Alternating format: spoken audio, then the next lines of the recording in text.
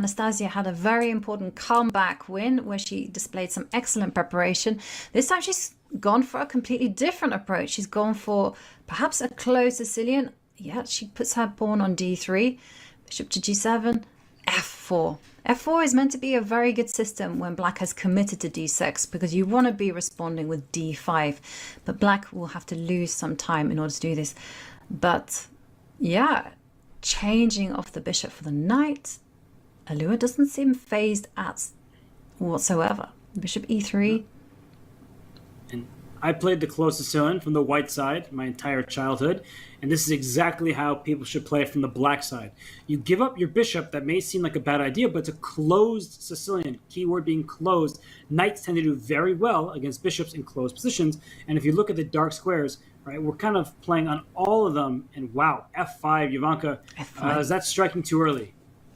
Yes, I think so, because like you, I also spent my teenage years this time playing the closed Sicilian. And I remember that this was the antidote. You kind of swap off your light square bishop. But I was always very, very comfortable with this type of play.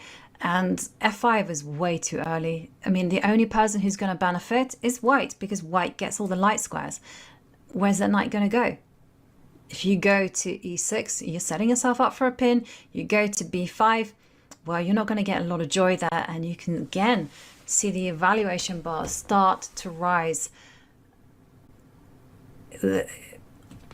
I'm thinking you can chase that knight one more time, or you can go bishop to d5 check. What are the moves? I'm putting my teenage hat on and thinking about the moves that I would have liked to play. Pawn takes pawn is another one. d4. The knight. Yeah. You know, it may not be objectively the best decision, Ivanka, but it's so natural. Your opponent has a king that's a bit open. You want to open up the board even more for your bishops. So I can't really fault either player thus far, but I do have to say I like this pawn chain right here, f5 to e4. It's shutting down the bishop on g2.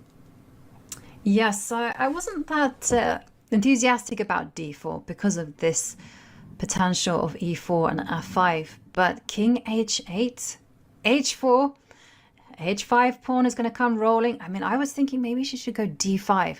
Don't care about material. Just open up the diagonals for the bishops. Oh, this is a great move. Knight c4. You cannot let the dark square bishop fall. No. Key to the position. And that's why the queen slides to e2, but now knight to d5.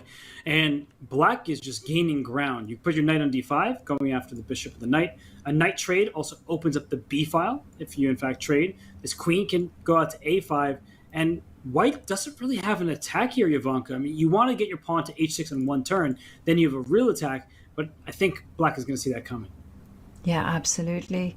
And, you know, one of the reasons why people were never favorites of the closed Sicilian, they never liked it, is because they kept saying this bishop on g2, it's a terrible piece. And here it completely is. It's just jammed in by this pawn on e4, has no future.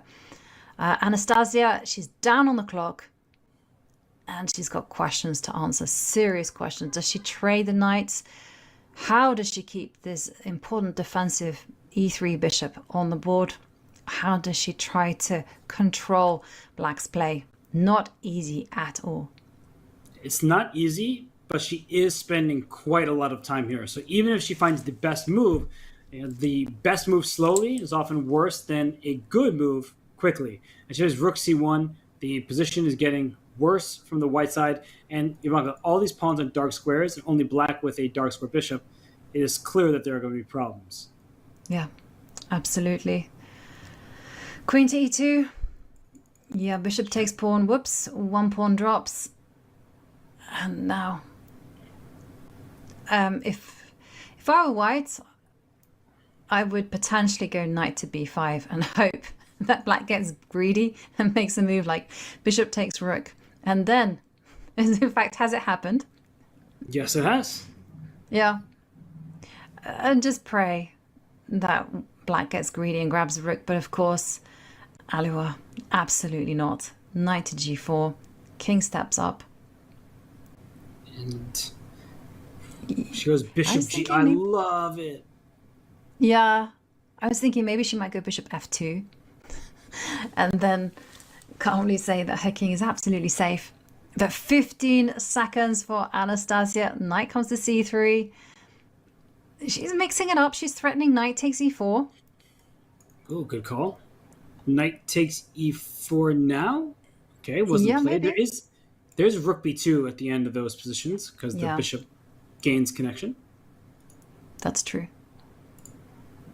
And queen to d2. Can you just take on g5?